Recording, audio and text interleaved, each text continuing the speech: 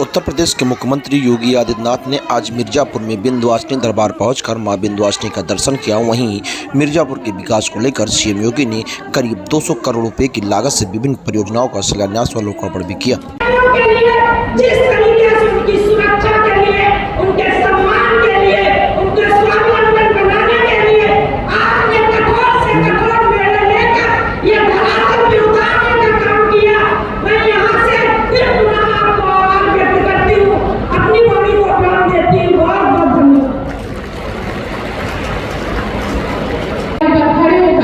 अपनी प्रतिभा के माध्यम से अपनी आर्थिक स्थिति मजबूत करने का एक सराहनीय कदम। जोरदार पुरस्कार 2017 से सम्मानित किया गया और दूरदर्शन सांस्कृतिक विभाग, पर्यटन विभाग आदि में आपका प्रयास लगातार जारी है। बस जोरदार तालियां श्रीमती अनिता श्रीवास्तव के लिए। और इसी क्रम में उत्कृष्ट महिला प्रधान रेशु पटेल और आप सभी को प्रमाण पत्र देकर रंग वस्त्र मंडवाकर और स्मृति चिन्ह देकर सम्मानित किया जा रहा है। उत्कृष्ट स्वयं सहायता समूह श्रीमती सरिता देवी आज इसे निपुण करती है और महिलाओं को सशक्त और आत्मनिर्भर बनाती है। उत्कृष्ट महिला उद्यमी श्रम करती है संध्या वर्णवाल की उत्कृष्ट महिला उद्यमी। एक बार जोरदार तालियों के साथ स्वागत। तो शिक्षा का सशक्त द्वार देते हुए और अपने विद्यालय में आज एक दिन में आ रहे हैं दर्शन करने के लिए।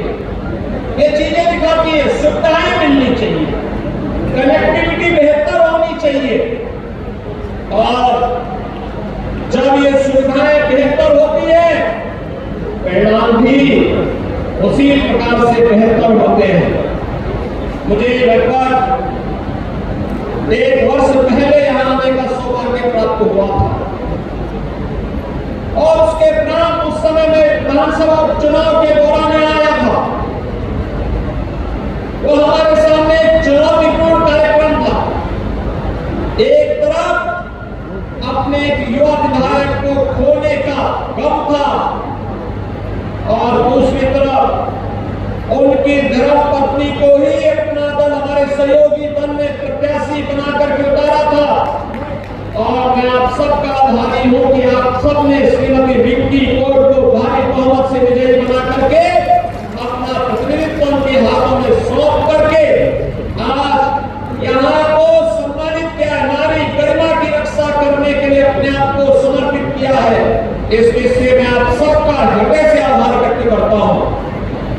आपने देखा होगा श्रीमती रिंकी कौर विधायक बनने के बाद अब आपके प्रतिनिधि के रूप में पहला भाषण उनका मंच पर हुआ। आज ये महिलाओं के बारे में, विकास के बारे में, यहाँ की समग्र विकास के कार्यक्रमों को आगे बढ़ाने के लिए निरंतर प्रयास कर रही है। हमारे माननीय जनप्रतिनिधिगण निरंतर प्रयास कर रहे हैं और आज उसी की श्रृंखला में मिर्जापुर जनपद विकास की नई नई ऊंचाइयों की ओर आगे बढ़ता हुआ दिखाई दे रहा है। कोई सोच सकता था पहले विंध्यवासिनी धाम में इतना अच्छा कॉरिडोर बनेगा? कोई ये सोचता था कि यहाँ मिर्जापुर जनपद में भी मेडिकल कॉलेज बनेगा? क्या ये कोई सोचता था हर घर नल की योजना इस क्षेत्र में भी क्रियान्वित हो पाएगी?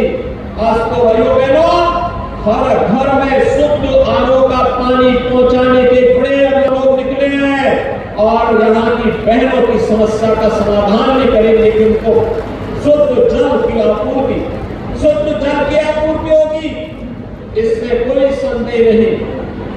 लेकिन साथ साथ मां विंध्यवासिनी के नाम पर अब हमारे मिर्जापुर में भी एक भव्य विश्वविद्यालय का निर्माण हो, इसके लिए भी मैं आप सबको हृदय से बधाई देता हूं। हमारी सरकार ने तय कर लिया। मैं यहाँ पर अभी आशीष जी से भी और यहाँ पे रमाशंकर जी से भी और प्रिया जी से भी, युवराज सिंह जी से भी, रत्नाकर मिश्रा जी से भी, इन सबसे मैं यही पूछ रहा था कि जमीन चिन्हित करके उसको तत्काल प्रस्ताव भेजिए। एक्ट बनते ही यहाँ पे शिलान्यास के लिए, विश्वविद्यालय के शिलान्यास के लिए हम लोग आने वाले हैं। भाइयों बहनों, पहले विश्वविद्यालय क्या महाविद्यालय नहीं मिलते थे, अब तो विश्वविद्यालय बनाने जा रहे हैं और विश्वविद्यालय के माध्यम से इस शिक्षा के केंद्र के रूप में एक पूरा क्षेत्र उभरेगा। याद करिए ना, मां विंध्यवासिनी धाम का जो त्रिकोण है वह मां सरस्वती, महालक्ष्मी और महाकाली के रूप में प्रख्यात है। तो तीनों देवियों का आशीर्वाद यहाँ के माध्यम से हमारे संपूर्ण उत्तर प्रदेश पर बरसता है और हम लोग भी बार बार यहाँ पर मां का आशीर्वाद प्राप्त करने के लिए आते हैं। भैया बहनों, मैं फिर इस बात को कहने के लिए आया हूँ, प्रधानमंत्री जी का वो संकल्प है, आदि आबादी का सम्मान हर हाल में होना है और आदि आबादी के सम्मान के लिए, उनकी सुरक्षा के लिए, उनके स्वावलंबन के लिए सरकार पूरी प्रतिबद्धता के साथ, पूरी ईमानदारी के साथ डबल इंजन की सरकार कार्य कर रही है और आज उसी के प्रति आश्वस्त करने के लिए मैं आपके बीच आया हूं। आपने देखा होगा डबल इंजन की सरकार ने जहां अनेक कार्यक्रमों को पूरी ईमानदारी और प्रतिबद्धता के साथ लागू किया है। मुझे अच्छा लगता है जब मैं मिर्जापुर और सोनभद्र जिलों में आता हूं, हमारी सरकार ने तय किया है कोल जाति का चेरो, कोल, कोल या फिर मुसहर, बंटा गया, थारू, जो भी इस प्रकार की जनजातियां हैं, अनुसूचित जाति के लोग हैं या गरीब लोग हैं जिनके पास अपना मकान नहीं है, प्रधानमंत्री आवास योजना में आच्छादित नहीं हुआ है, उसके लिए मुख्यमंत्री आवास योजना से एक आवास उपलब्ध करवाने का कार्य हमारी सरकार करेगी और सरकार ने अपने इस वायदे को निभाया है। उनके सशक्तिकरण के लिए, उनके सम्मान के लिए कार्य करना है। 15 करोड़ गरीबों को राशन की सुविधा का लाभ उपलब्ध करवाया जा रहा है और आज मैं आपके बीच इसी बात को लेकर के आया हूँ कि प्रदेश में, केंद्र में दोनों सरकारें मिलकर के आदि आबादी की सुरक्षा के लिए, उनके सम्मान के लिए, उनके स्वावलंबन के लिए पूरी प्रतिबद्धता और ईमानदारी के साथ कार्य करेंगे।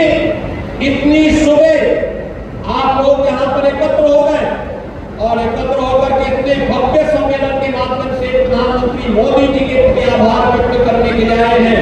मैं एक बार फिर से महिलाओं को देश की संसद और प्रदेशों की विधानसभाओं में 33% आरक्षण की सुविधा प्राप्त होने के लिए आप सभी को मैं हृदय से बधाई देता हूं, अपनी शुभकामनाएं देता हूं और विश्वास व्यक्त करता हूं कि आने वाले समय में अधिक से अधिक संख्या में विधानसभा और लोकसभा में पहुंच करके महिला सुरक्षा, सम्मान और स्वावलंबन के लिए हमारी बहनें और मजबूती के साथ कार्य कर पाएंगी।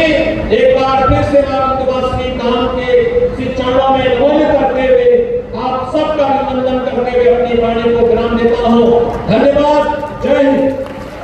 इस लालगंज क्षेत्र में आज मुझे आप सबसे मिलने का, संवाद बनाने का अवसर प्राप्त हुआ है। इस कार्यक्रम के ठीक पहले मुझे मां विंध्यवासिनी धाम में, मां विंध्यवासिनी धाम के दर्शन करने तथा डबल इंजन सरकार के द्वारा सरकारों की सुविधा के लिए किए गए प्रयासों और कार्यक्रमों को नजदीक से देखने का अवसर प्राप्त हुआ है। मैं इस अवसर पर उपस्थित आप सभी बहनों का हृदय से अभिनंदन करता हूँ, स्वागत करता हूँ। आज मिर्जापुर जनपद को 202 करोड़ रुपए की परियोजनाओं के लोकार्पण और शिलान्यास का सौभाग्य मुझे अन्य जनप्रतिनिधियों की उपस्थिति में प्राप्त हुआ है। इसके लिए आप सभी को हृदय से बधाई और दीपावली आदि पर्वों की अपनी शुभकामनाएं देता हूं।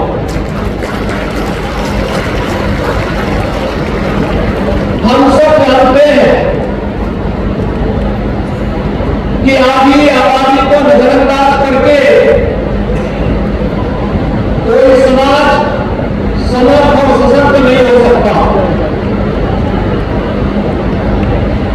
और इस बात को नए भारत के शिल्पी के रूप में प्रधानमंत्री मोदी जी ने 2014 में स्पष्ट कर दिया था,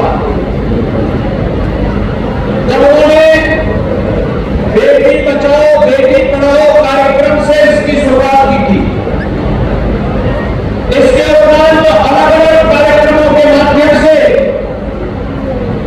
आजादी के 70 वर्षों के बाद पहली बार देश के अंदर ये लगा कि महिलाएं भी देश के राजनीतिक एजेंडे के मुख्य हिस्से हैं। जनधन अकाउंट का कार्यक्रम हो, उज्ज्वला योजना का कार्यक्रम हो, सौभाग्य योजना के अंदर उन परिवारों को फ्री में बिजली के कनेक्शन देने का कार्यक्रम हो, या फिर 5 लाख रुपए की स्वास्थ्य बीमा का कवर और गरीब परिवार के पास अपना सिर ढकने के लिए छत हो, प्रधानमंत्री स्वनिधि योजना हो, प्रधानमंत्री स्वामित्व की योजना, स्वामित्व योजना के अंतर्गत जहां पर जो परिवार निवास करता है उस भूमि का मालिकाना अधिकार उस परिवार को उपलब्ध करवाने के लिए देश के अंदर चल रही एक अभिनव योजना। इन सभी योजनाओं को प्रभावी रूप से लागू करने के कार्यक्रम की श्रृंखला में देश की नई संसद बनने के उपरांत पहला सत्र केवल औपचारिक नहीं होगा, बल्कि देश की आधी आबादी को वर्षों से चली आ रही उसकी मांग को पूरा करने के संकल्प के साथ आगे बढ़ाएंगे। और प्रधानमंत्री मोदी जी के संकल्प के परिणाम स्वरूप देश की संसद में स्थानीय और पंचायत के निकायों की तर्ज पर लोकसभा और विधानसभाओं में भी 1/3 सीट पर महिलाएं चुनकर के सांसद और विधायक के रूप में जाए, इस अधिनियम को पारित किया। इसके लिए आदरणीय प्रधानमंत्री जी के प्रति आभार व्यक्त करते हुए मैं आप सबको हृदय से बधाई देता हूं, आप सबका अभिनंदन करता हूं। हम सब जाने अधिनियम बनेगा नया सशक्तिकरण के क्षेत्र में यह मील का पत्थर साबित होने वाला है। भारत वैसे ही इस दिशा में बहुत प्रगतिशील कदम रखा है, आगे बढ़ाया है। सशक्तिकरण की दिशा में उठाए गए कदम आज देश के लिए दुनिया के लिए पुण्य बने। उसी श्रृंखला में अधिनियम का पारित होना दुनिया के आधी आबादी के सामने एक नया आगे बढ़ने का प्रकाश स्तंभ प्रधानमंत्री मोदी जी ने प्रस्तुत किया है। और भाइयों बहनों, इसीलिए आज मैं फिर यहाँ मार्गवासी धाम में आकर के यहाँ की बहनों की ओर से प्रधानमंत्री मोदी जी के प्रति आभार व्यक्त कर सकूं, इसके लिए आपके बीच में विशेष रूप से आया हूं। हमारा गतवासी था नारी शक्ति के सशक्तिकरण का सबसे अच्छा उदाहरण है। याद करिए, एक साथ मां विंध्यवासिनी, मां अष्टभुजी और मां काली को त्रिकोण, याद करिए महालक्ष्मी, मां सरस्वती और महाकाली के रूप में हम सबको जीवन के समग्र कथा का दर्शन कराता है। हम सबको एक नई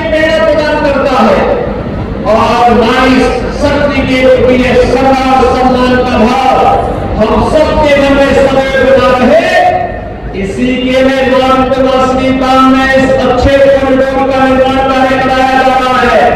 आने वाले श्रद्धालुओं को भी समस्या न हो, लेकिन साथ साथ मां के प्रति श्रद्धा का भाव व्यक्त करने के साथ साथ हमारे नौजवानों को अधिक से अधिक मात्रा में रोजगार की सुविधाएं भी उपलब्ध होती है। मैं देख रहा था, मैं अष्टमी के दिन पूछ रहा था कि मां विंध्यवासिनी धाम में कितने श्रद्धालुओं ने दर्शन किया है। मुझे बताया गया कि अकेले एक दिन में 35 लाख लोग मां विंध्यवासिनी धाम में दर्शन किए। और घर में स्वच्छता के लिए, नारी गरिमा के लिए शौचालय होना ही चाहिए, और घर में शुद्ध पेयजल की आपूर्ति की व्यवस्था होनी ही चाहिए, और परिवार में 5 लाख रुपए की स्वास्थ्य बीमा का कवर मिलना ही चाहिए। और सरकार की परीक्षा की कसौटी थी कोरोना कालखंड।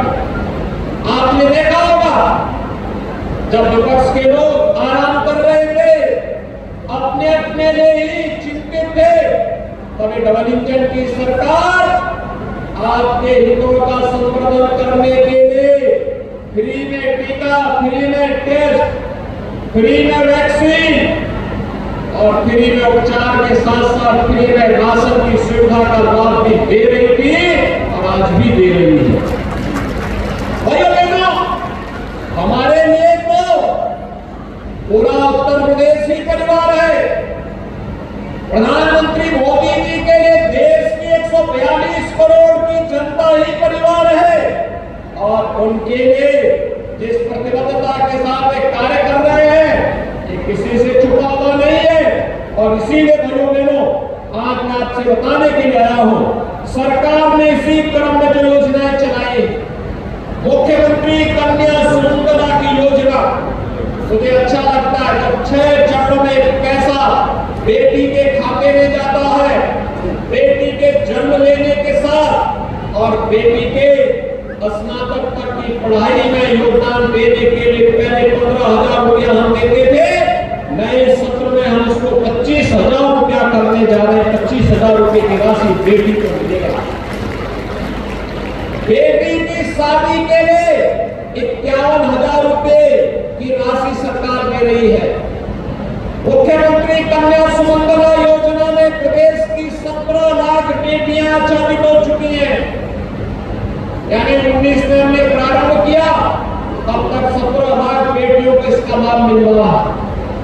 लेकिन साथ साथ मुख्यमंत्री सामूहिक विवाह योजना में अब तक 3,10,000 से अधिक बेटियों की शादी के लिए 51,000 हर बेटी की शादी के लिए भी सरकार ने उपलब्ध करवाए हैं।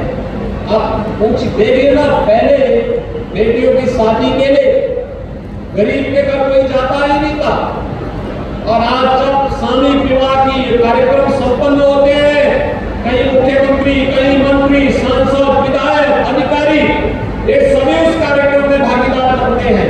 ये बातें दिखाती है सरकार ने जो किया है, पूरी ईमानदारी के साथ हर गरीब का भी सम्मान हो और हर बेटी को समाज सम्मान के साथ देखे, इस दृष्टि से सरकार के कार्यक्रम पूरी ईमानदारी के साथ आगे बढ़ाने के कार्यक्रम चल रहे हैं।